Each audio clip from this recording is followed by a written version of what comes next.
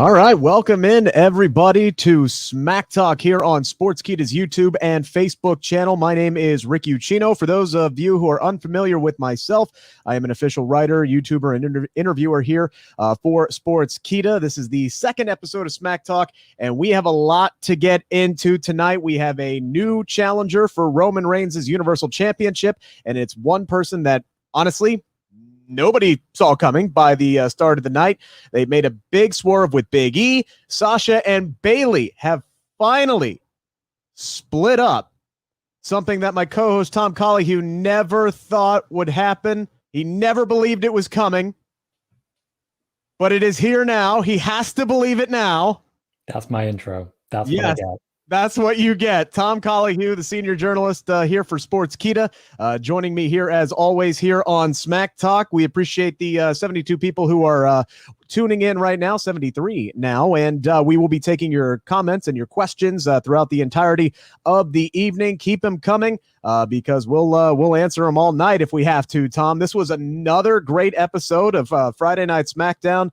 I'm loving covering Friday nights. I don't know about you. I'm loving covering Friday nights. I think the guys on the Raw side have a bit more of a Raw deal than we do, I've got to say, because Raw has not really hit the heights recently, despite some good moments, but all the great storylines have been on SmackDown, and they're using them so well.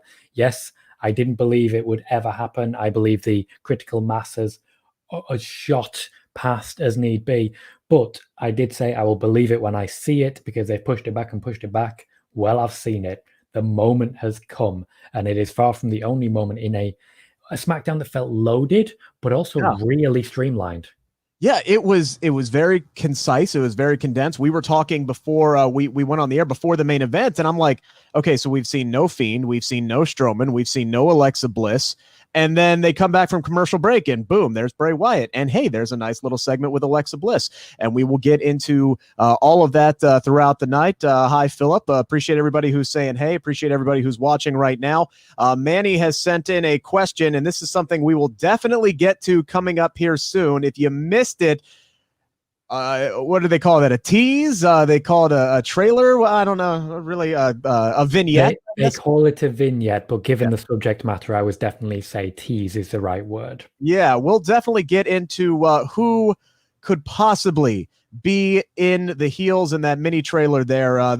Frankly, a lot of options, but let's start with the big swerve of the night. Tom, you did your SmackDown preview earlier on your YouTube show today, and from what you were hearing early on, you said the heavy favorite heading into this matchup for the Fatal 4-Way to determine the number one contender was Big E. Yeah.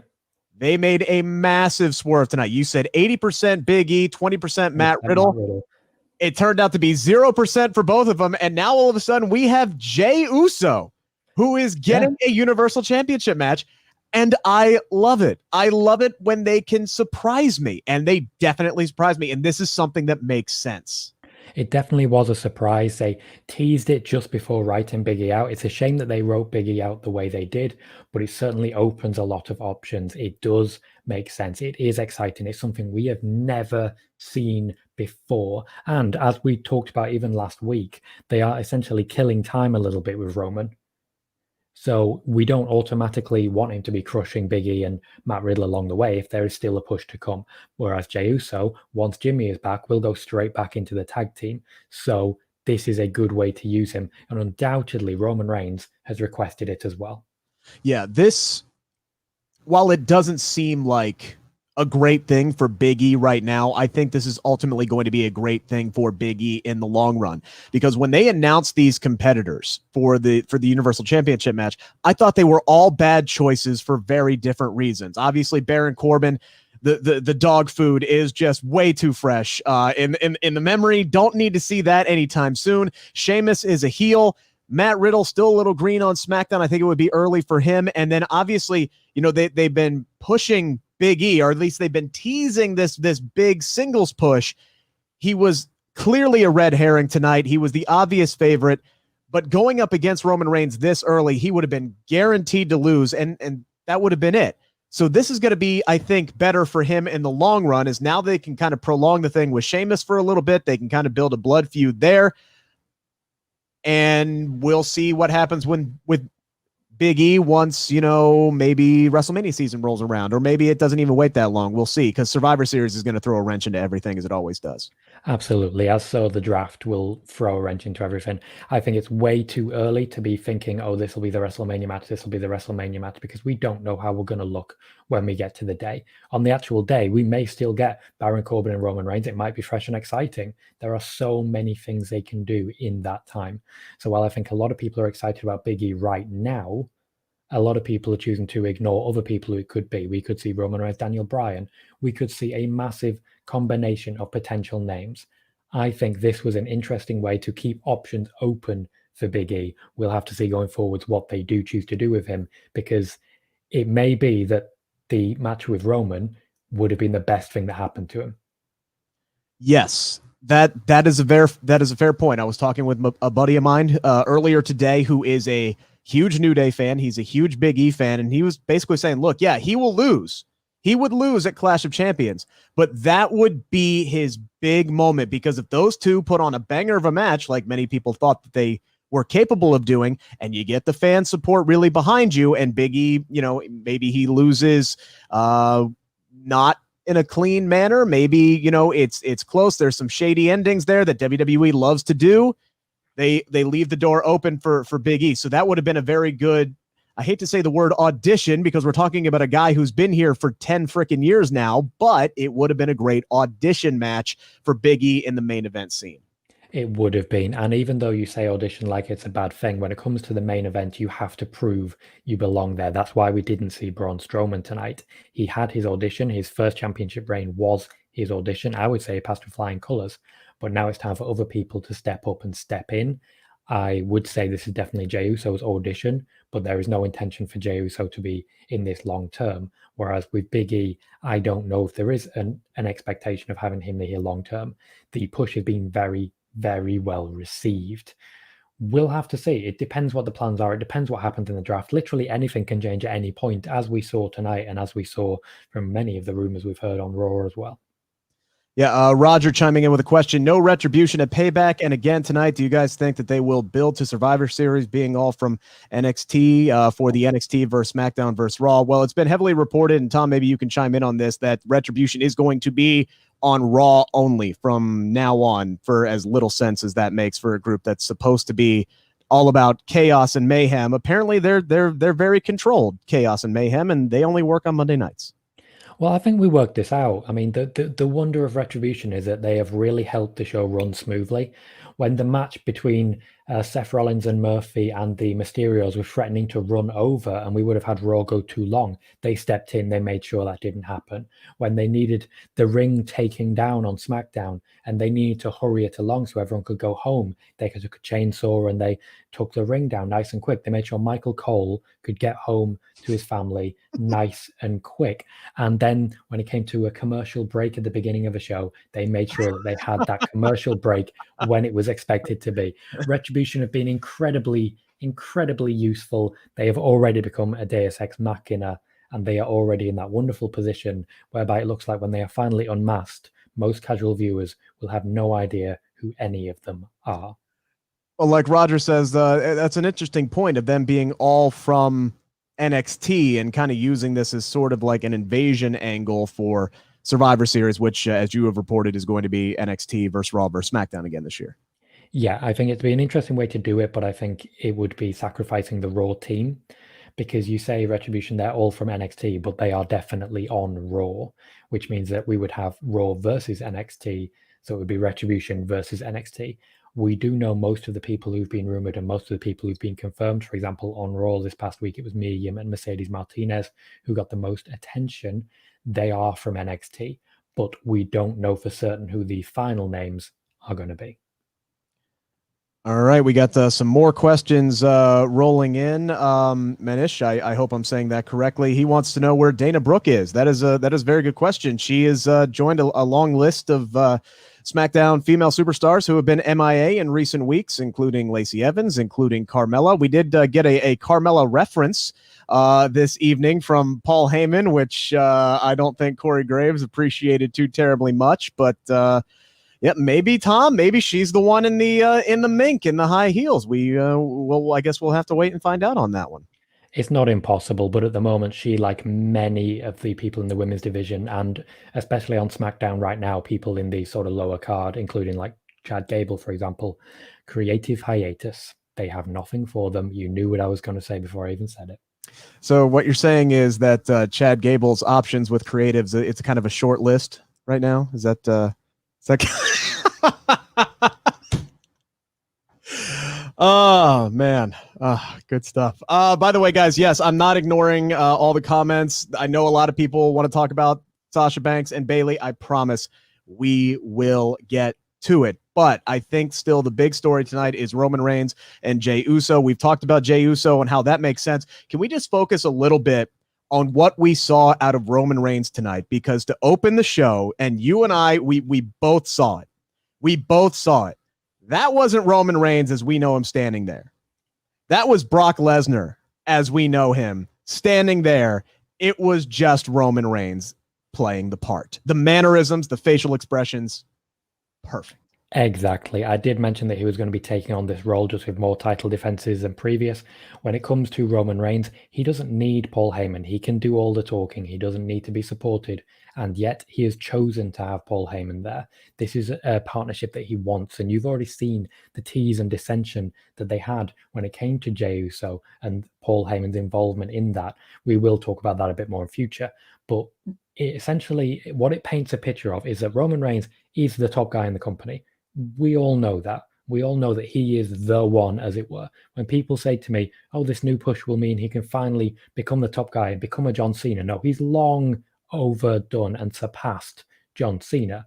But what it says to us is that Vince McMahon values Brock Lesnar more than Roman Reigns because he's turned Roman Reigns into Brock Lesnar. It is more important to have a big heel at the top with the championship with Paul Heyman stood right behind him, or in the case of this particular promo, literally right behind him, which was creepy as all hell. It is more important to have that. And I think it's very good for the story because the beast that Roman Reigns promised to slay, he has become. God, there's what's that line from The Dark Knight? You know, you're the good guy until, just long enough until you find yourself turning into the bad guy. I completely butchered that, but that's basically what we've gotten with Roman Reigns at this point. And I love how Paul Heyman said it wasn't Paul that corrupted Roman. It was Roman that pulled Paul Heyman back in. And yes, they played the fans don't appreciate me and the fans turned on me kind of card, and whatever. They played that. But I also loved how they turned the Roman Reigns as Vince's golden boy angle, and they just shoved it right back at us. It's like, no. I was Vince's golden boy. I'm not anymore. I requested to take time off, and you guys just shunned me. You took me out of your promo videos. The commentary team wasn't allowed to say my name. I mean, WWE reads their press clippings. They know we were all over this at WrestleMania, talking about how Roman Reigns had just basically been excommunicated from the WWE after taking time off. This motivation, this storyline for Roman Reigns makes sense. He's now just there to literally wreck everything and leave.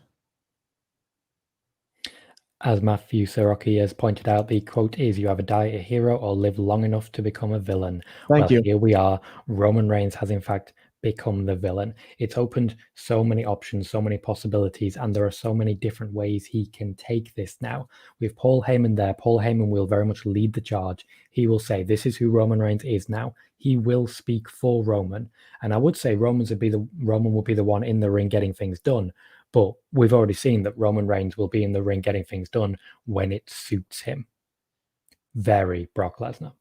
So Paul Heyman is the one that goes out and inserts Jey Uso into this matchup tonight after Big E was taken out by Sheamus. We've already talked about what we think that's going to mean for Big E in the long run. What do you think is the motivation here, speaking from a strictly storyline standpoint, of course, for Paul Heyman to get Jey Uso into this matchup with Roman Reigns, or at least set up the possibility of putting cousin versus cousin in this situation? Because I know you were all on board on Twitter about getting these guys together, Jimmy and Jay and Naomi and Braun and I'm calling him Brock already. Roman Reigns together in a faction. I went the exact opposite. I'm like, give me the Usos versus Roman Reigns in a handicap match at some point down the line, whether it's at Hell in a Cell or what have you. But what do you think Paul Heyman's motivation is here? I think he's trying to essentially lay someone right there in front of Roman, a piece of meat for him to devour. I think that's literally what's going to happen. I think storyline-wise, this is an opportunity to say Roman's different. Here's how different he is. Boo this man. I think that's the overall arc here. But when it comes to Paul Heyman's motivation, he very much just wants to feed up prey, as it were, to the apex predator that Roman Reigns has now become. He wants to show the world what Roman Reigns is. And it's very possible he went there under instruction from Roman because, as you've mentioned, Paul Heyman did not corrupt Roman Reigns. I love this version of Roman Reigns. I love him sitting on the couch in the back, just sitting there like the Godfather. Just, and here comes Jey Uso marching in, and he was like, all right, well, let's see if you can go out and earn something on your own and earn some respect and go out and prove something to me, prove something to the family. It had a very mob boss type feel like to it. Even Jey, putting it in there at the end with a very good promo to cut it, saying, hey, look, I made the family proud too. They're playing this lineage, this bloodline story with Roman and Jey here, and it's very, very good stuff. In addition to this, I found it very interesting that Roman said, well, your brother would have done it. He literally said that. I do want to answer a couple of the questions that we've got immediately. There's one here. Will The Fiend target Uso to get to Reigns? Will Braun now target Jey? Neither of those seem at all likely to happen. Roman Reigns is going to feud with Jey Uso. That is the storyline. Braun Strowman and The Fiend are not at all involved. Yeah, it definitely seems like, at least this time around, when Bray Wyatt lost the Universal Championship, they acknowledged it very, very quickly. They had that very quick Firefly Funhouse tonight where he got us all excited and teased a new character next week on SmackDown. So obviously it looks like they are taking him in a completely new direction. But they kind of glossed over it, but at least they mentioned the fact that he was sad, that he cares that he lost his favorite toy. And we know Bray Wyatt, he doesn't necessarily go for the immediate payback. He plays the long game. Sooner or later, when the time is right for The Fiend, he will come after the Universal Championship, which, for my money, makes him a favorite to win the Royal Rumble and set that match up for WrestleMania. But as Tom, as you said earlier, it is just way too early to even start predicting that kind of stuff. It is way too early. And I think The Fiend doesn't work in a Royal Rumble situation. So I suspect we may see a Raw winner of the Royal Rumble. Oh, no. I got to disagree with that. I see The Fiend working perfect. Yeah, I see The Fiend working perfectly in a Royal Rumble. All he has to do is be number 30. The lights go out. The lights go out. We can't always have everything hinging on number 30. But we can't. That is such a cliche. The lights go out. The Fiend's music hits. The light goes out. He pops up in the center of the ring. It's dark. The clanging metal noise or whatever the hell that is goes off, and he just starts chucking dudes out of the ring. It works. It absolutely works. It really does. If there's a crowd, would go nuts for that. It really doesn't work for me. It's one of those interesting ones. A huge part of the Royal Rumble is the runner-up. For a long time, it's been Roman Reigns because you always believe Roman's going to beat anyone. Sure, yeah. It may be a Baron Corbin this year because you always believe Baron Corbin's going to get the push. But it's got to be someone. And when you've got the Fiend in the middle of it, there's no tension. Tension's gone. Fiend's winning. The tension is gone. Possibly. So I think it will be a Raw winner, and we'll still get the Fiend as the long-term goal. I strongly believe we will get the Fiend versus Roman at WrestleMania. That's the long-term goal. And that is why at the moment we've got the storyline that is the focus for the Fiend is very much Alexa Bliss. Matthew chiming in here says he thinks it would be hilarious if both the Fiend and Bray Wyatt entered the Royal Rumble a la Mick Foley. I'll add one. Throw in the Swamp Bray Wyatt as well. Let's just get all three of them going in there. Let's throw in Husky Harris while we're at it. We'll just make this the Bray Wyatt Royal Rumble. We'll have the first guy ever to enter 4 times. Give me it. I know you love the idea, but I'm sure a lot of people would like 2 more people to get in the Royal Rumble instead of 2 more personalities. Mick Foley did that because there was no one else in the company. They were desperate to fill spots. We have more than enough people now. I get what you're saying, and I'm only being slightly serious on this. Phil has a question chiming in. When do you think Otis will cash in? We did see kind of maybe a tease tonight with John Morrison stealing the Money in the Bank briefcase. I know it doesn't work that way. Another swerve of the night, he ends up with Otis's lunchbox, and Otis keeps the contract in the lunchbox one. So maybe now the lunchbox is just now Otis's briefcase. I guess. I don't know. We'll see moving forward, but at least they're kind of reminding you now that Otis is the Money in the Bank winner. This felt very much like a reminder, but it does actually also tease something. Imagine they have a match for the briefcase. He loses the briefcase, but keeps the contract. That's something that's been playing in my mind for a while when I fantasy book. The idea that you could lose the briefcase, but not have the actual contract in it. That would be a great loophole. Something like that. Yeah, that would be the way to do it. It did feel like a reminder, though, and it does bring us nicely into discussing the first match. Yeah, you're gonna have to. It was a long night. You're gonna have to. The first match was Miz and Morrison versus Heavy right. Machinery. The commentary did really tease that the winner here would get a tag team championship shot, or would at least be in the running for it. And I do think Heavy Machinery versus Cesaro and Nakamura makes a lot of sense. Match was also a clean finish, which is unusual, as we know, especially for veterans like Miz and Morrison.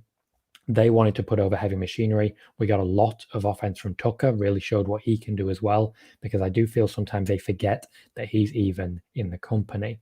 So It's nice to have that moment. Yes, they definitely teased things with Morrison at the end, but I felt this was a pretty good match, and I do feel that's going to be a good tag team title feud going forwards. Yeah, and I think Heavy Machinery is just long overdue for this opportunity. They've been on SmackDown for what, 2, maybe even 3 years now at this point. I don't know. 2020 feels like 10 years now, so I'm losing track of all time.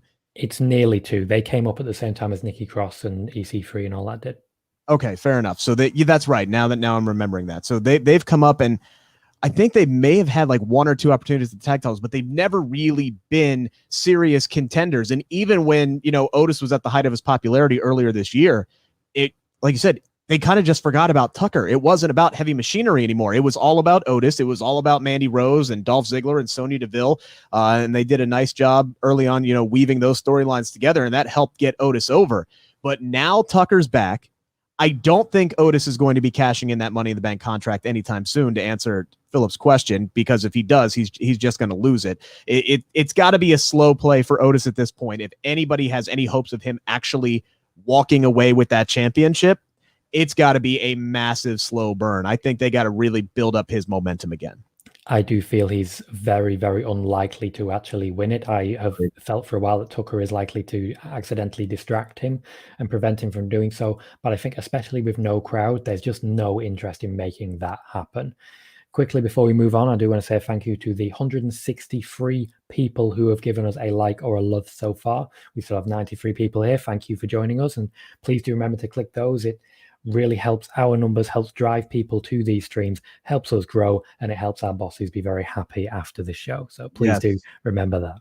Yes, let's answer a few more questions here. Keep those coming in, guys. Courtney Mitchell wants to know if we will ever have Rock versus Roman Reigns. I'll just say that's got to be something that I think they would love to do, especially with WrestleMania in Hollywood next year. I think that would be something they'd love to do. But right now, that's got to be, considering the circumstances worldwide, and we don't know where we're going to be come next March, that would be very, very difficult to book. Also, booking The Rock is incredibly difficult because the man is one of the largest movie stars on the planet, and he is constantly churning out movies. They're not all great. Most of them aren't. He's a very good actor, but he does work a lot. And when you get into insurance with Hollywood, and I believe the last time he had a match, it put his Hercules movie in jeopardy because he got a hernia. So The Rock is going to have to be free at the exact right time for him to come back and fight Roman Reigns. I think that's a match that both men would want to do, but it's going to be incredibly difficult to put on. I agree with everything you said there. There's a few things I will point out as well. Firstly, I really enjoyed Jumanji. I really enjoyed it. The first one was good. The sequel sucked. I haven't seen the second one, probably because I dread the typical curse of the sequel. But right now, we are more likely to see Rock versus Roman Reigns because The Rock is more available right now because of a lack of filming options because of the current situation. But you're right, when it comes to insurance and everything like that, he is very unlikely to be available. He obviously got very injured during his match with John Cena, which caused serious problems. We have seen him have a match since with Eric Rowan, which lasted 4 seconds.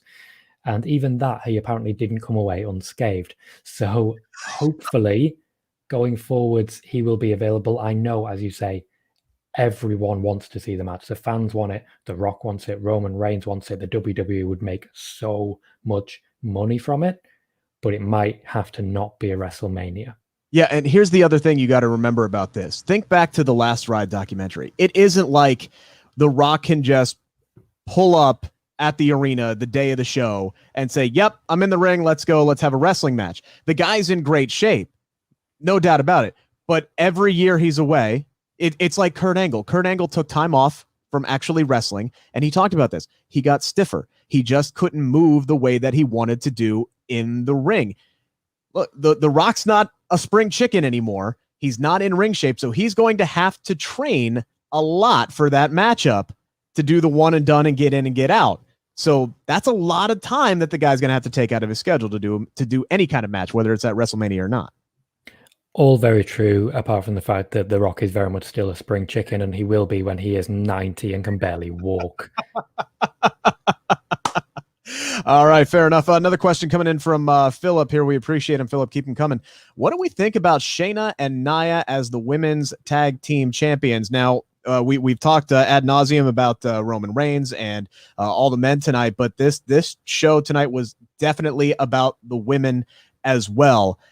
Front and center, the women's tag team division, which now finds itself very depleted. We'll get to that in just a few moments. But Tom, let's start off with the question. I'm pleasantly surprised by Shayna and Nia Jax as a team. What do you think? We went into this with low expectations, didn't we? Yes. Me and you particularly. We were talking about promos being quite wooden and then being very much thrown together. Then we saw advertisements for Shayna and Asuka to be challenging Sasha Banks and Bayley, which clearly did come from the WWE account and hadn't been unqueued as originally had been planned. So it was last minute. It was very late in the day the decision was made. And I did not expect it to pick up in any way, shape, or form.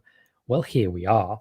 And I've got to say, I was very, very impressed with the Payback match. That's the match I've been telling everyone, you've got to make sure you see this one. And it was really simple booking. It reminded me so much of the mixed tag when Ronda Rousey debuted. Just, these people are monsters. Let them throw people about. It's incredible. It's fantastic. And they delivered by doing that. And they delivered tonight as well. These four women have tremendous chemistry in the ring. You talked about the promos being wooden. Like, Shayna and Nia don't seem to have a lot of chemistry together backstage. Like, they just don't deliver their lines in a believable fashion when they're talking to each other. Part of that is the lines that have been written for them because they're god-awful. Yes. But inside the ring, my goodness, do they work well together. That spot where one of them has Bayley and one of them has Sasha, and they're both flinging them into the barricade, and they're just beating the holy hell out of them. This match was so good tonight. I honestly didn't know who was going to win. There were so many different times tonight. Seriously, they fooled me a couple of times. I went into this thinking 99% sure that Nia and Shayna were going to win. But halfway through that match, I'm like, okay, there might be a chance that they hotshot these titles right back to Sasha and Bayley. It was a fantastic matchup tonight. Nia and Shayna are now the face of the women's tag team division, which currently has all of 2 teams. There are counting NXT. If we're not counting NXT, all of the tag teams are on Raw now. Yep. There are no tag teams left on SmackDown. Admittedly, they teased Alexa Bliss and Nikki Cross getting back together, but that is not going to be happening. Don't buy it. On Raw, you've got Ruby Riott and Liv Morgan still. Mm-hmm. You do technically still have Natalya and Lana. I forgot about them. That's it. After that, you get to Dakota Kai and Raquel Gonzalez, I should say. I would imagine we're going to see that in some combination. We may see Baszler and Jax against Io Shirai and Rhea Ripley. That would be a lot of fun. However, you're right that there really isn't much to be going on with now, especially after the Iconics were broken up. Yes, and Courtney, just to answer your question real quick, I'll answer your question by passing it off and saying we will actually be talking about this tomorrow night on our Twitch stream, Backstage Heat, our normal show, Saturday nights at 6 o'clock. Tom, what's the link there for the Backstage Heat Twitch account? It is twitch.tv/backstage team. And when it comes to things that happen on Raw, that is not our remit here. We do just talk SmackDown. So by all means, jump over to Twitch and you'll be able to hear our thoughts on that there. And of course, make sure to watch Legion of Raw every Monday here on Sportskeeda YouTube and Sportskeeda's Facebook page, 11 o'clock Eastern Standard Time, which by my math would be 4 a.m. UK time. And, it's right after Raw.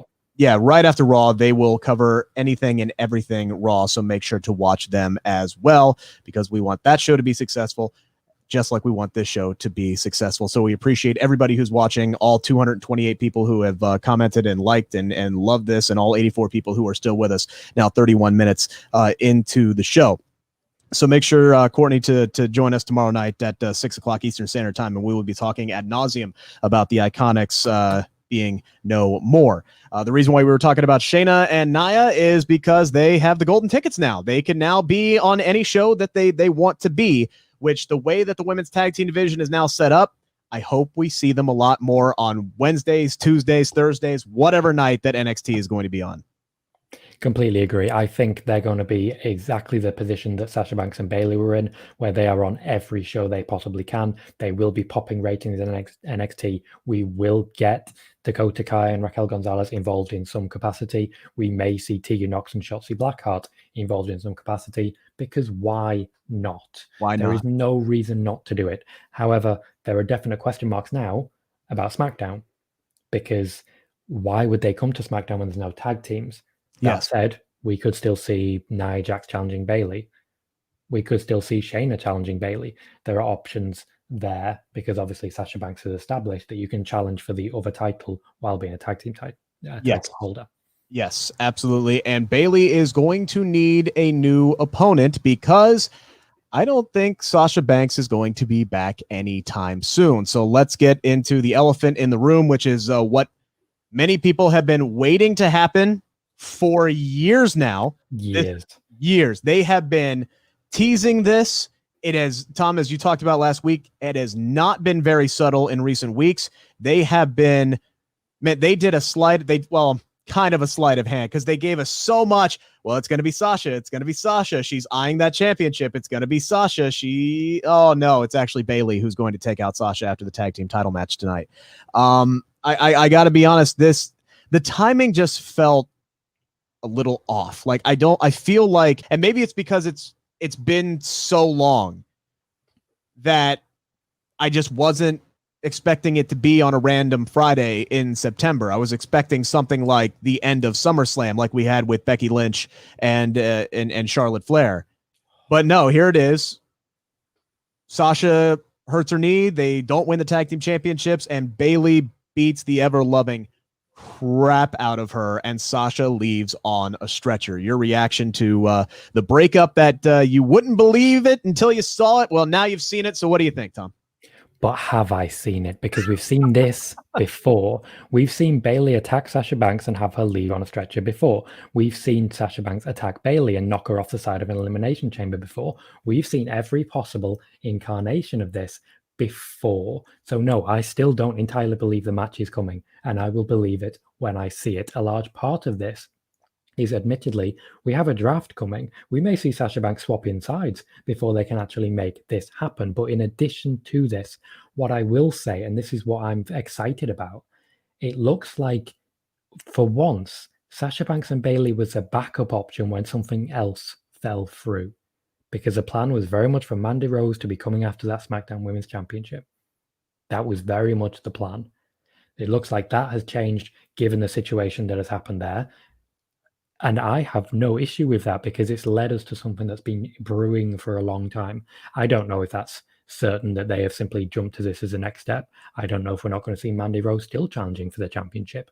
But it's certainly made things so much more exciting, because we are going to be waiting every single week. Oh, well, this week Sasha Banks is coming back. Oh, well, this week Sasha Banks is coming back. This week Sasha Banks is coming back. I'm going to get that every single show I do from now until the moment she comes back.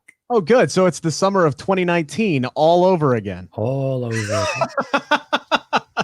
Yeah, and that's the thing. It's like I think your feed was a little bit ahead of mine tonight because I'm watching this and I'm going, oh well, cool. Well, Sasha just immediately became the top baby face on SmackDown, and you're like, no, she's not going to be around for a while. And then I saw the chair to the next spot, and I'm like, yeah, she's going to be gone for a while.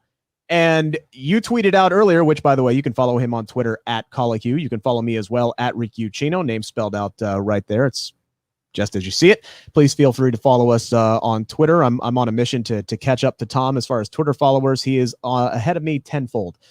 So I have a long road to hoe. But I digress. This... Actually, I kind of lost my train of thought. Does anybody remember what I was saying? We were talking about Sasha Banks. Yes. She will now be away for quite a long period of time. I was thinking that she was immediately going to hop in and be the top babyface, because this is something that the SmackDown women's division has been missing, is that top face draw.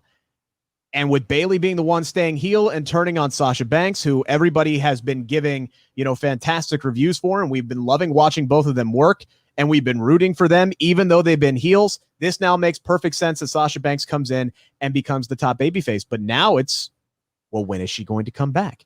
Is it going to be this month? Is it going to be next month? Is it going to be a surprise victory at the Royal Rumble where Bayley is still the SmackDown Women's Champion, going on for 400 plus days, over 500 days if you don't count the brief interruption by Charlotte Flair. Bayley's been the SmackDown Women's Champion for a long time now, a very long time. It's all about how they set it up when she's coming back. But in the interim, she needs an opponent. You mentioned Mandy Rose. Mandy Rose has been MIA since SummerSlam. So who's that? There is also the rumor of Naomi potentially getting a push. I think we may see a one and done feud for her. We may see a one and done feud for Mandy Rose.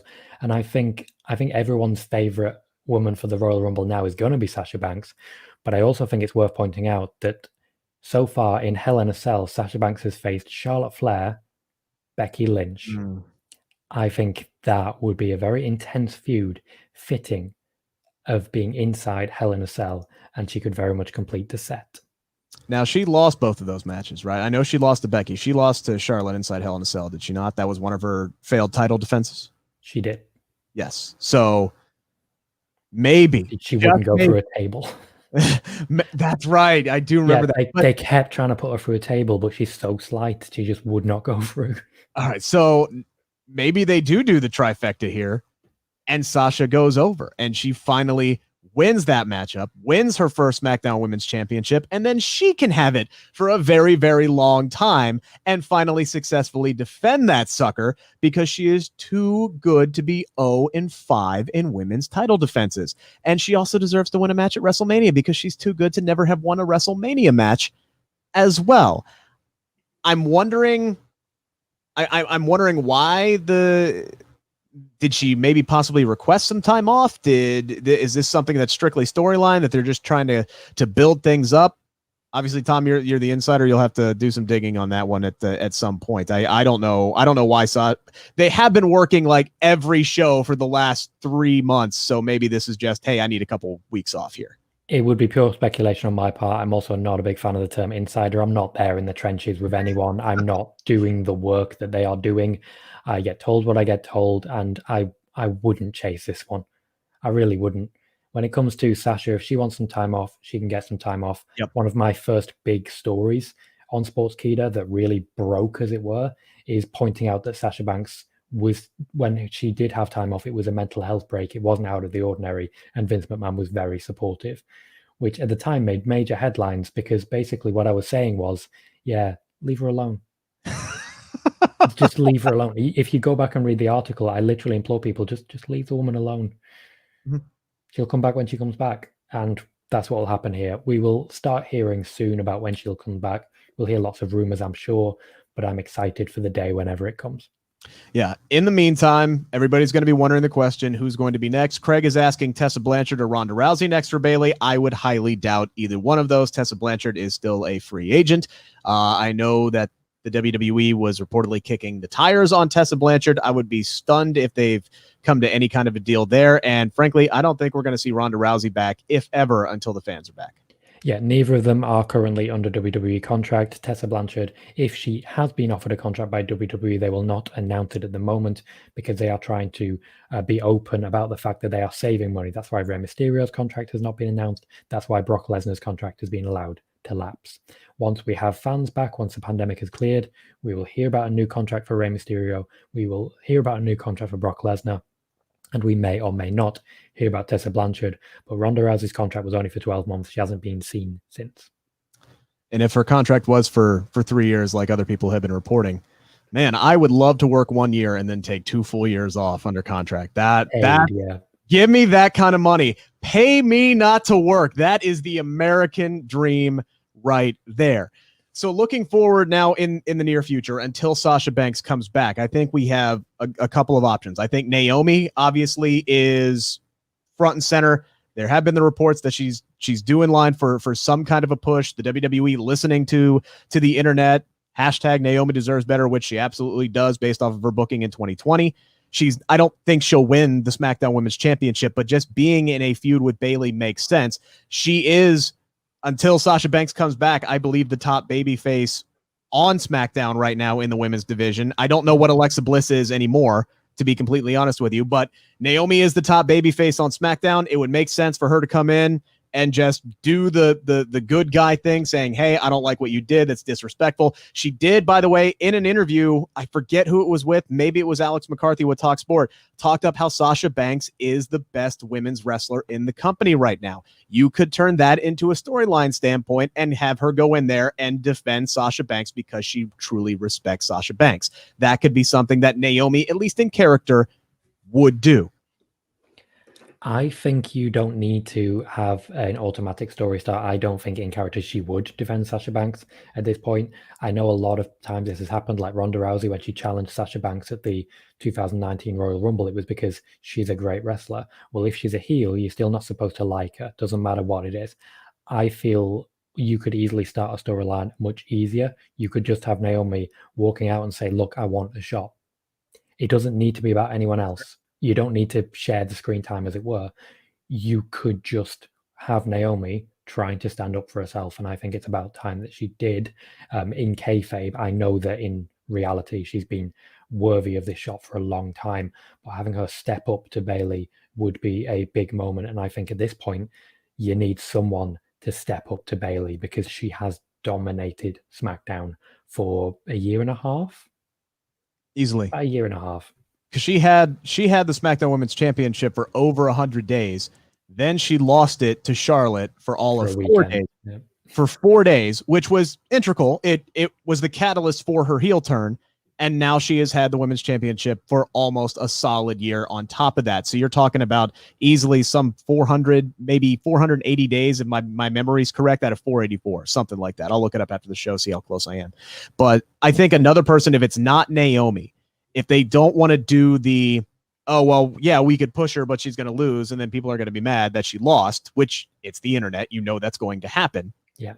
If they don't want to go that route, someone that we have not seen for a very long time that has history with Bayley, who I thought was going to be the first person to feud with Bayley when she first won the SmackDown Women's Championship 400 some odd days ago, makes a ton of sense, is a babyface, is Carmella. I think bringing Carmella back right now works great. All she has to do is show up and say, hey, look, I've been gone for a while. I'm disrespected. Much like you said with Naomi, I want my shot. Let's go. And there's enough history between them that, it could get personal very quickly. I completely agree. Carmella would definitely be the next name I would have said in that because we haven't seen her in ages and she is an incredibly popular person. I don't think enough gets said about the chameleonic abilities of Carmella. She was a heel for ages. Yeah. Ages. And then the next week she was a face and everyone was chanting her name. Literally, flick of a switch. She did the dance breaks. All of her stuff with R-Truth was incredible. Yep. All of her stuff with James Ellsworth was great. And I still remember how important a part she played in that triple threat at SummerSlam with Becky Lynch and Charlotte Flair. Everyone talks about Becky and Charlotte. But Carmella was doing suicide dives. She was rolling around and doing counters into submissions. She's a very good wrestler. and she has not been given the time or the opportunity to really show that. I would like to see her back. I would like to see her involved in the championship feud, or get her on Raw and just give her something to do. Yeah, even if it's being back with R-Truth, to be completely honest with you, because since SummerSlam 2018, she hasn't really been featured at all as a wrestler. Even when she was doing that fantastic work with R-Truth, it was all about R-Truth. It was all about Truth and his quest for the 24/7 championship and her helping him out. It was all really, really good stuff. And yeah, she got her moment in the sun, I guess, when she pinned R-Truth to win the 24/7 championship a couple of times. But yeah, when they split that group up, I thought it was going to be for a reason. I thought she was going to come over to SmackDown and do something. She hasn't done anything. They haven't done anything with her. Yeah, it's very much a situation whereby they just haven't done anything with her. She is an incredibly talented person who can do a lot of stuff, and she's very creative as well. And it's just nothing has actually happened. Nothing. Unless, of course, she's the one wearing the high heels. Exactly. And that you brought me right into my next question. We had that mysterious vignette tonight. I know we've had several people ask us who we think it could be, who it possibly could be. Feel free to keep chiming in with your questions. We appreciate the 347 people now who have engaged with us, liked or love this. That's I love that. Absolutely love that. Appreciate the 89 people who are still in here. If you have questions, comments, concerns, type them out. We'll try to get to them as many as we can throughout the night here. We'll keep going until we run out of stuff to talk about. But very, very quick. I think if you took the bathroom break at the wrong time tonight, you would have missed it. And this is something that people are going to start talking about now. Who is the woman with the large mink coat and the high heels? There are a myriad of options here. It could very well be Mandy Rose. Maybe it's a repackaged Carmella. It could be repackaged Lacey Evans. Sure, let's repackage her for the third time in less than 6 months, and the second time in less than 2 months. It could be somebody coming up from NXT. There are a lot of options here. I saw people out on Twitter saying it could be Eva Marie, Emelina 2.0, maybe. Who knows? What are your thoughts on this, Tom? Obviously, I'm the one who's been joking about Emelina 2.0, and I did this earlier in the week. You spotted me posting something about Emma and Emelina when there was news coming out about Emma signing a new contract or making new appearances, and it just tied in very nicely with vignettes that I knew were being prepared, if not necessarily ready to go. I'm not sure. I'm genuinely not sure. I got a glimpse of this a couple of days ago, and it's hard to work out exactly who it might be. I think this may be a repackage for either Dana Brooke or Carmella. I don't think it's a call-up, because if they were going to do call-ups, I think at this point they're going to wait for the draft. But when it comes to Eva Marie, I just don't see it. There is no reason for them to rehire her. And as I've said, they don't want to be hiring people at the moment because they want to be seen to be saving money. And I definitely would be very, very surprised if it was Tessa Blanchard, I tell you that much. Very surprised. It could also be vignettes for the return of Charlotte. That would be... It was a very buff leg. It was. I'm not wrong. I'm not saying it wasn't. Which is why my natural instinct is Dana Brooke. That makes some sense. You know, and I think that would be very good for Dana Brooke, because I look at this and I go, who could this benefit the most?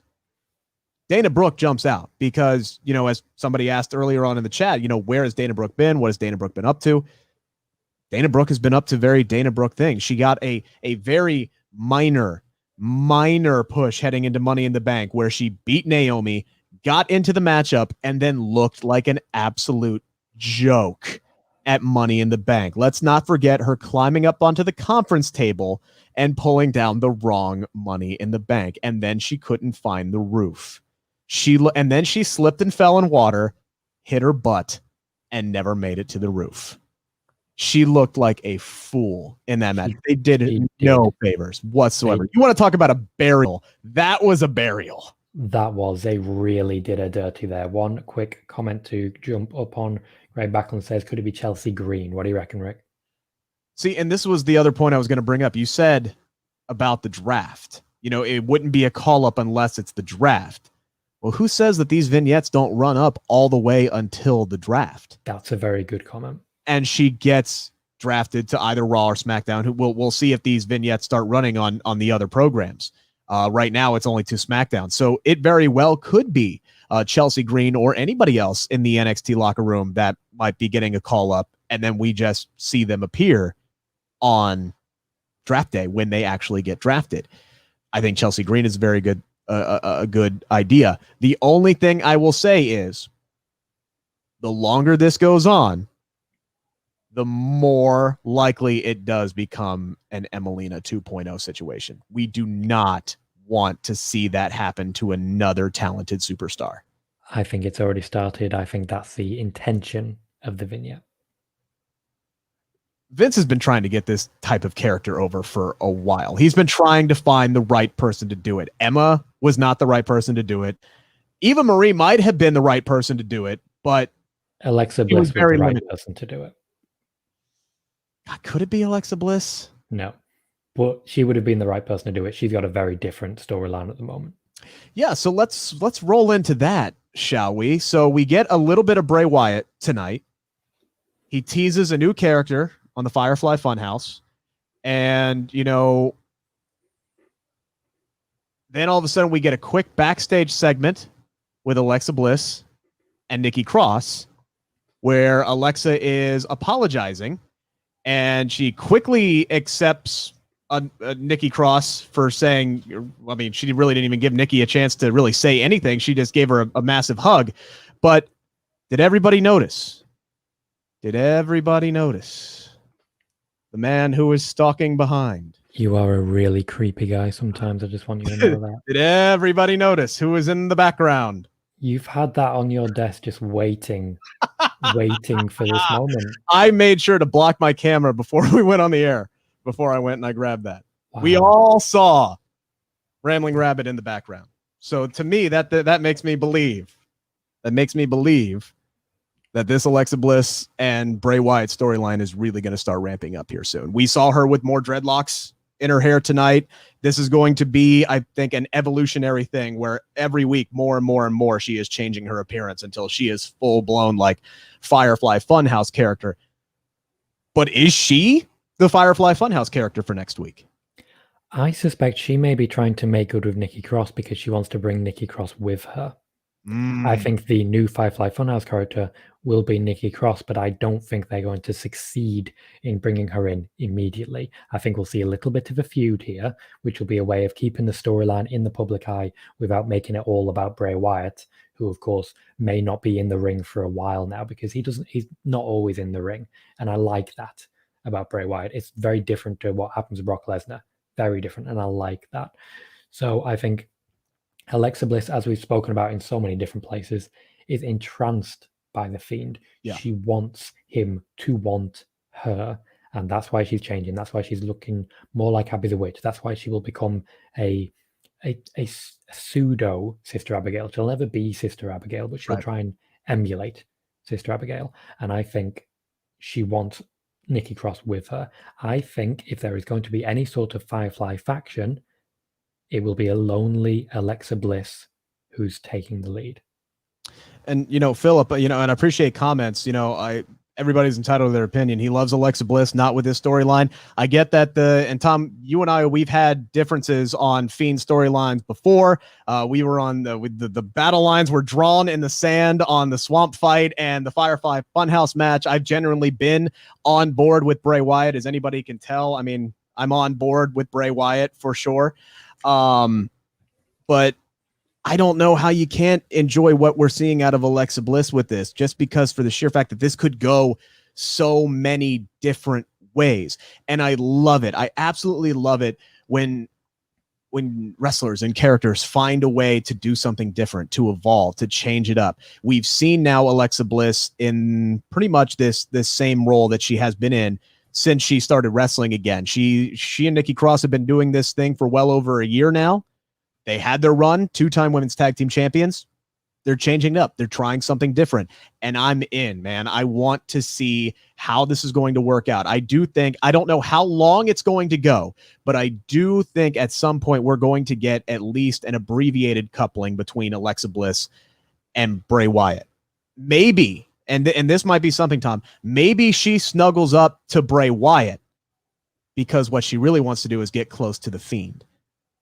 And maybe that's what tears this whole thing down, is Bray Wyatt falls in love with Alexa Bliss, but Alexa Bliss wants the Fiend. She doesn't want Bray Wyatt. It's a good shout. That could certainly be very, very interesting. And I think that's one of the beauties of what's going on here, because there's so much that could really happen. So many things could change, and so many things could just happen that stem from this. To just recap a few things we've got here, Philip, we're aware it's just your opinion. We are we're good. All good. More than happy to hear it. More than happy to have you continue asking questions and everything. Leonard has asked any reason why WWE released AOP. I just want to quickly touch on this. To my knowledge, the only information I got, I tweeted about pretty much immediately after finding out about the information. I reached out, and the information I got was really quite simple, that there was only a matter of time because of a number of setbacks that have been experienced, which essentially meant that someone was always going to give up on AOP. I wasn't told who, I was just told that someone had given up. And at that point, they just wanted to write them off and call it quits. There was apparently another injury setback that hasn't been announced just yet. Let's see what else we've got. Courtney says, is there any possibility of CM Punk being a part of Retribution? No, there is not. Nope. Paul Koronsky says, could the lady with the high heels on SmackDown be Scarlett from NXT, knowing that Cross is out for a while? I don't think she would wear the mink coat. I don't think that makes any sense whatsoever, because then once Karrion Kross comes back, what do? You debut him on SmackDown. I don't know if they do that. I don't think it is. I don't think she would wear that coat. But beyond that, I do think it's probably someone already on SmackDown at the moment. And we are all caught up. I did just want to briefly say, just before we hit the hour mark, I want to say a big thank you. We've still got a little bit to cover here, but I just want to say a big thank you to everyone who watched last week. We reached 21.1 thousand views, which is absolutely incredible. That is fantastic, and we are extremely grateful to everyone who tuned in. We are touched by the amount of interaction we get. We have 418 right now. My personal record is only 520, so you ain't far off that. Well done, everyone. Well done, everyone. Thank you for watching, and I'm sure this one will be a success as well. But at this point, I feel we are going to be moving on to talking about the Intercontinental title scene. Yes, man, I'll tell you what, man. When Sami Zayn's music hit, just shut up, everybody, and watch that man perform. He is so damn good. I am so happy. I am so happy that Sami Zayn is back. And he is my Intercontinental Champion. I'm sorry. Like, I hope that what they are setting up here is a triple threat match at Clash of Champions. That seems to be what they're setting up. First off, holy you know what, because that match is going to bang. Yeah. That match is absolutely going to slap.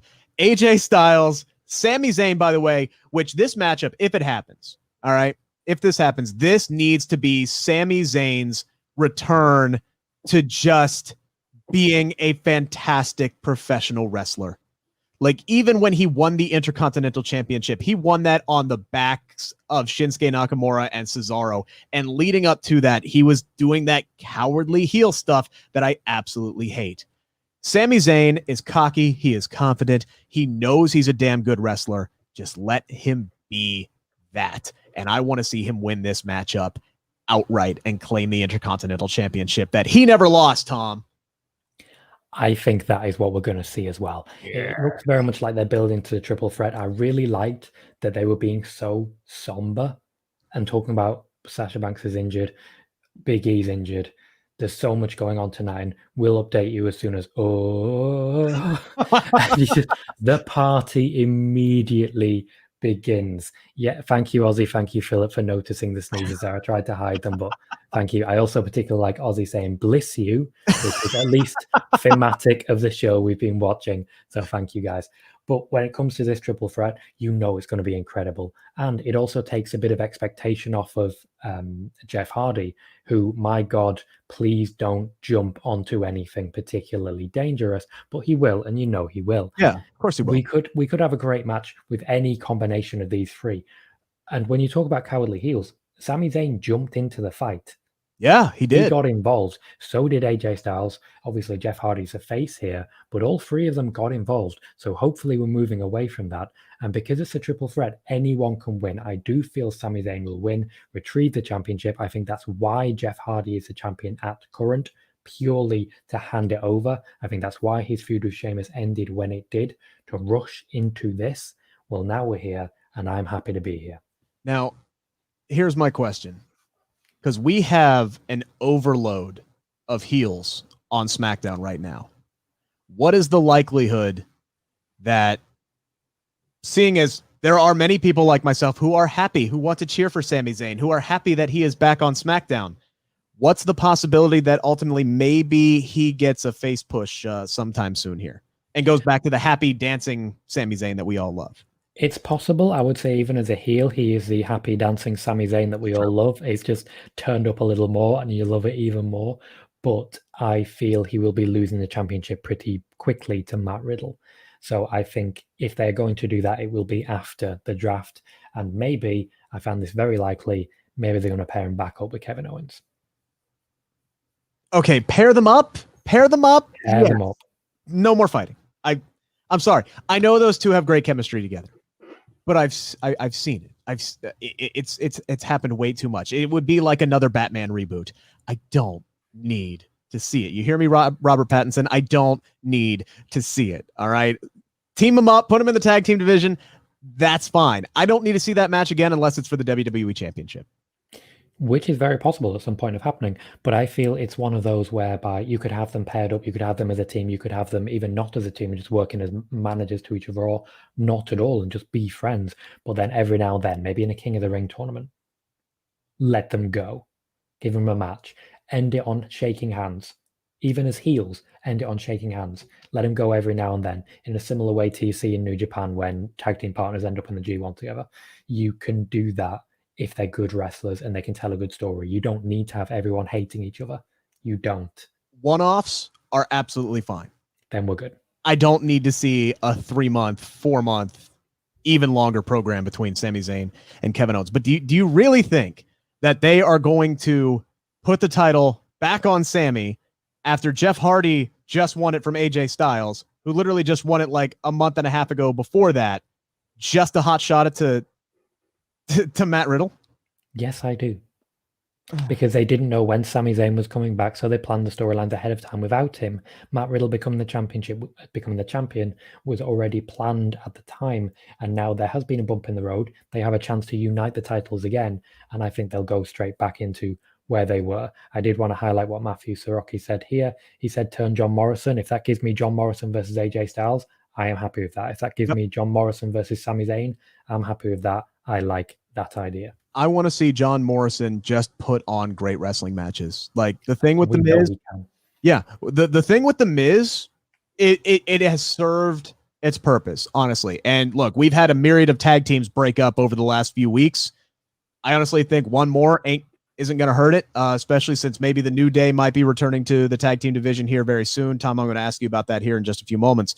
But look, you don't need to have any kind of grand push for John Morrison. I know we always talk about that. Oh, they need to push Big E more, or they need to push Jeff Hardy more, or they need to push Sami Zayn more, like I just mentioned a few moments ago. But John Morrison, the guy is a fantastic worker. He is in great shape. He can wrestle with almost anybody. Just I don't even care. Don't build a storyline around it. Put him in the ring with AJ Styles. Put him in the ring with Sami Zayn. Put him in the ring with Daniel Bryan. My God, come on. Just let the man put on 30-minute classics every night. That's how you utilize John Morrison. Agreed. We saw this recently in his match with Matt Riddle. That was just sort of an out-of-nowhere match. When he innovated as well, he showed a lot of new things. He worked extremely well with Riddle. There is no one he works badly with. Just give me that. That would leave a hole in the tag team division. Because here's the thing. If Morrison turns, the very first thing he's going to do is he's going to have a match with The Miz. That's just what they would probably do. Usually when tag teams split up, they end up fighting each other. That's just how they do it in WWE. But that would leave a hole in the tag team division, particularly on SmackDown, which right now has Shinsuke and Cesaro, which is a makeshift tag team. They have the Lucha House Party, which has been teasing breaking up, except tonight. They were just there. For the party. Yeah, they were there for free cake. And then Sheamus threw free cake on the parking garage ground, you monster. Screw Big E going through the windshield. I don't care. The true tragedy there was the cake. R.I.P. Cake. Anyway, so the Lucha. Can that please be our merch? Just R.I.P. Cake. Yes, we need shirts. We need to get Gary Cassidy's guy to make us shirts that says Smack Talk RIP Cake. Hashtag RIP Cake. That's all we need. Somebody hop on that. Any one of the 69 people who are watching right now, please. Just as long as if we're going to Gary's guy, we don't accidentally end up with RIP Cake under a picture of Gary's face. Just, we can have our own stuff. We'll let Gary have his stuff. We'll have our own stuff. Right. So that's a very good take. So we talked about earlier on in the show, Big E being taken out of tonight's Fatal 4-Way match might be great for his singles career in the long run. But we also got a tease earlier tonight because the cake was there for a reason. It was there because it is Xavier Woods' birthday. And he said Xavier Woods is back. He says Xavier Woods is here. Then he paused and he said, oh, well, he's the host Smack Talk. Now, I know you have said that Xavier Woods is very, very close to coming back. Kofi Kingston's 6-week window that was, I believe, a kayfabe line is almost up. These guys have to be back. I wouldn't be surprised if we don't see Big E for maybe a couple of weeks. Maybe we see Kofi and Xavier Woods show back up next week. What do you think is the immediate future of the New Day coming back together as a unit? Well, firstly, you did say that Xavier Woods was the host of Smack Talk. That's you. You're the host of Smack Talk. Oh, I'm sorry. This is Smack Talk. But I'm not going to complain. I feel it would be an upgrade to have you replaced by Xavier Woods. Throw my ass to the curb if we can get Xavier Woods in here. Are you kidding me? I respect that, and I will be trying to do it until my dying breath. But other than that, I do feel they are very close to coming back. As you say, Kofi Kingston was supposedly out for 6 weeks. That time is very nearly up. They have completed, in the New Day pod, they have completed the brackets for the greatest action film of all time. I'm hoping it's Fifth Element. It hasn't been determined yet. But when it comes to everything going on there, they're back. Like, they are back. The time is up, as it were. They are ready to get back to it. So I do feel Big E is going to get back into that tag scene sooner rather than later. But you have 3 of them. Yes. You can do both. We've seen it. We've seen it. There is a question from Paul Koronkowski saying, will we have another King of the Ring tournament anytime soon? Xavier Woods deserves to be the King of the Ring. He's been campaigning for it for a long time. And I think it would be great if, while he does that, we have the New Day, Big E and Kofi doing something else. And then if he achieves that, we then see another change whereby he goes back into the tag team and Big E gets a push. You could have 3-month pushes for each one. You could have Kofi chasing after that Universal Championship. Kofi versus Roman, that's money for me. Yeah. That's money for me. We did a whole entire conversation, on your YouTube channel about this. When we were talking about Big E, specifically with his upcoming singles push, which seems like forever ago, but it was really only like 5 or 6 weeks ago that we did that. But you bring up, I brought up the fact that the New Day, for whatever reason, for the 6 years that they have been together until WrestleMania 35, they never treated them as a faction. They only treated them as a tag team. They were only ever in the tag team title scene. Kofi Kingston has won several singles championships in his career. United States, multiple times. Intercontinental, multiple times. Of course, winning the WWE championship. But from the inception of the New Day, he never won a singles championship.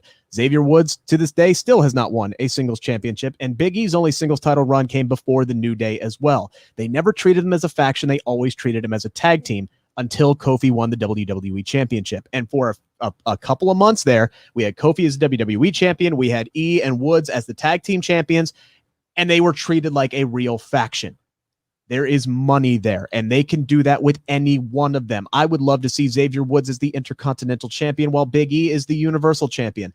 I would love to see, either one of them be tag team champions while Kofi Kingston is Universal Champion. Or you know what? How about Big E's pipe dream where all of them hold all of the main championships? You have Big E's the WWE champion, Kofi's the Universal champion, and Xavier Woods is the NXT champion. There are so many options that you could do there. They could all 3 win those championships at WrestleMania, and you could just have it be New Day Mania or whatever you want to call it. I'm not good at coming up with names on the fly, obviously, but there's a lot you can do with them that they have not been doing with them. Okay, if I was going to pick a better name than New Day Mania, I would go with New Day Mania because they're going to call it New Day Mania, and you know that. Firstly, before jumping into that, thank you so much to everyone. We have just broken 500 interactions. That is great. That's just great. There is no way around saying any other way around that. That is fantastic. We are really happy that people are enjoying this so much. Please do keep questions coming. Philip Chavin said, speaking of Daniel Bryan, what happened to him? Is he off TV because Brie had their baby? Yes, that is exactly why he is off TV. Outside of that, talking about what you just said about the faction, I can see that being where they're going. I hope that's where they're going. I don't think we'll ever see them hold all the titles because there are so many other people that need that push. But that is a Survivor Series main event that I would love to see. And if I can just comment real quick, going back to the King of the Ring tournament, yes, are we getting a King of the Ring anytime soon? I don't know if we are, but my whole thing on the King of the Ring is it's more special the more sparingly they do it. Yes. If they do it once every 4 years like the Olympics, that makes it mean something. And they better make it mean something. The problem that happened with this past King of the Ring is that Drew McIntyre was supposed to win it. Tom, you yourself have reported that. Yes. He was supposed to win it, and then he was going to challenge, I believe, Seth Rollins for the Universal Championship. And then he got hurt. And they didn't want to go with Baron Corbin getting that title shot. So they gave Corbin the crown, the scepter, the cape, the carry down to the ring, and gave him that Booker T.S. King character without giving him the championship.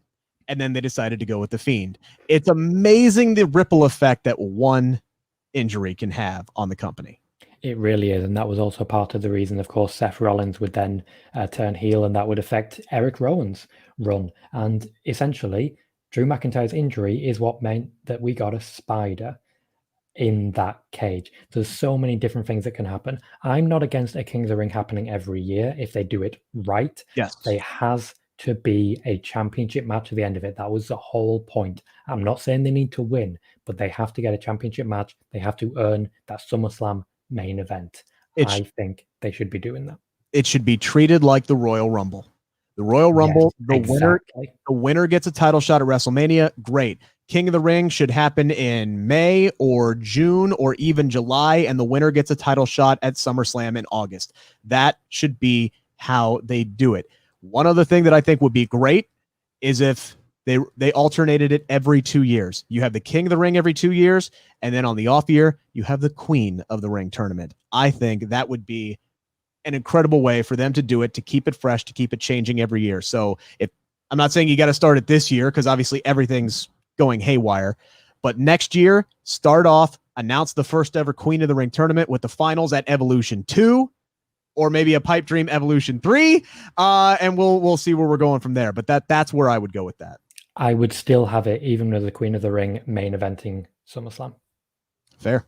Absolutely fair on that one as well. And Philip, for whatever reason, just has to say Adam Cole Bay for whatever reason. So those are the rules. Those are the rules.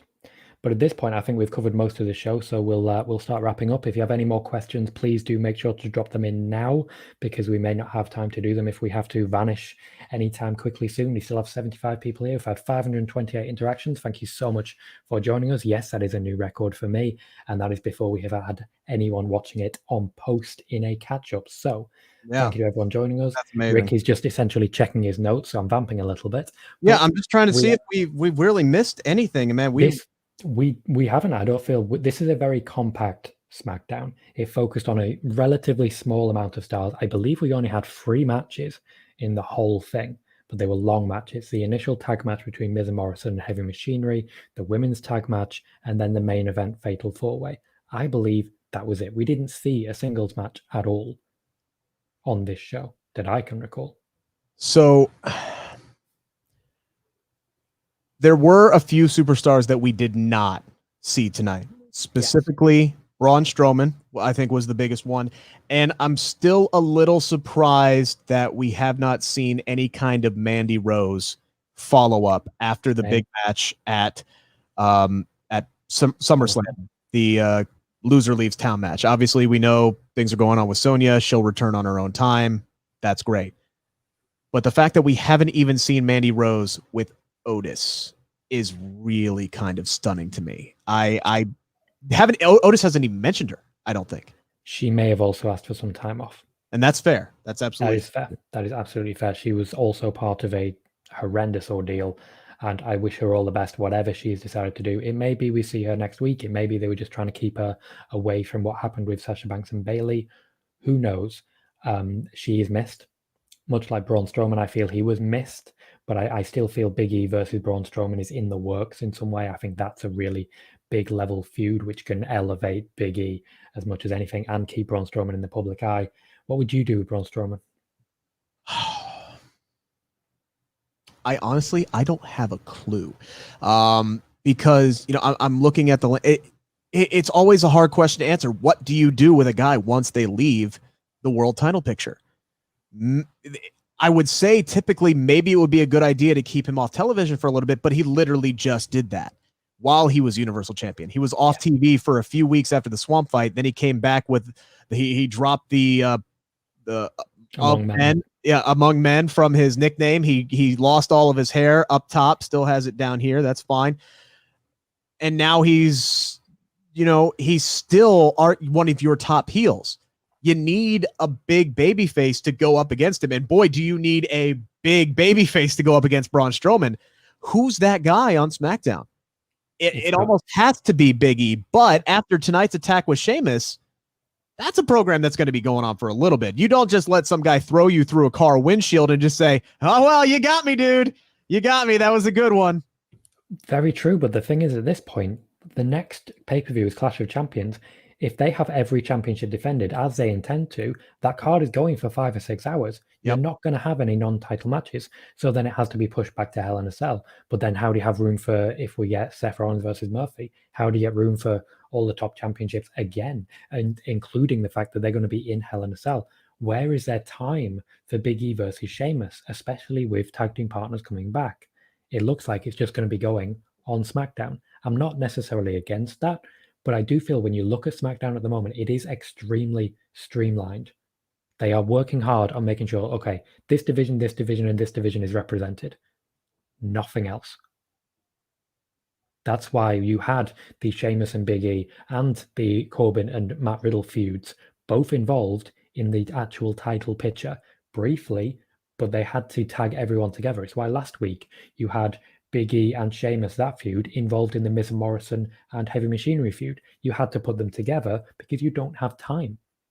2 hours, as it turns out, actually isn't long enough. But maybe next week, now that they've given, I think they gave a solid 40 minutes to the women's division this week, which is great. And they used it really well. Every second was very well accounted for.